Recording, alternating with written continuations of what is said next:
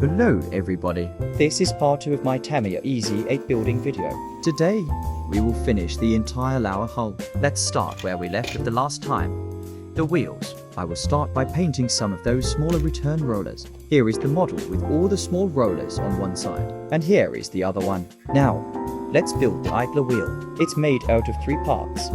2 wheel halves and a small poly cap in the middle. The assembly is very simple. Here is the idler in place. Thanks to the poly cap, the wheel remains movable. Here is the wheel painted. The tracks will end up workable, which is a good thing for animations and stop motions. Onto the road wheels and the HVS's suspension bogies. The assembly consists of the bogie base, 2 springs, a bracket that holds the bolts and the 4 road wheel halves, 2 with an axle and 2 without. Here is the really straightforward assembly. First, I will add the springs on the frame. These are keyed, so they only go in one way. Next, I will attach the bracket piece. It slides in with this ledge at the bottom of the bogie. Now, the wheels. These can be left workable if you are gentle with the glue. I won't actually glue them now, because I have to paint the rubber black. I painted and glued the wheels, but my mark is dried up. So I will paint the rubber with this Revel paint from now on. I will fix this bogie, idler and return rollers later. Now, let's glue the bogie on the hull.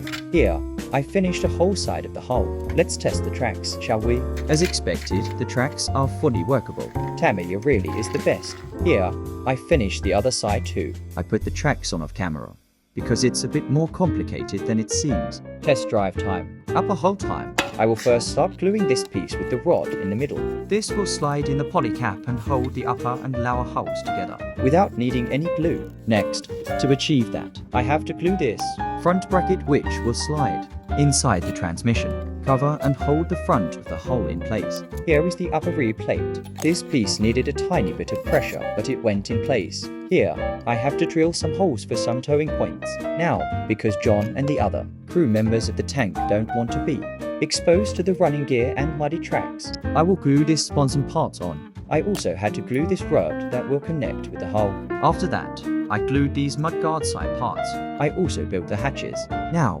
let's glue them. Now, I will glue the engine bay and other smaller tools to it. Here is the gun travel lock. Here, I glued these small brackets for the side fenders. Here, you can see I painted all wheels with the same color. Here are more tools. Now here are the pieces and assembled back ledge. Here, I had to combine 2 paints for the spare tracks. Here are all of them installed. Now, I will install more pieces like shovels, bars and brush guards. See you in part 3.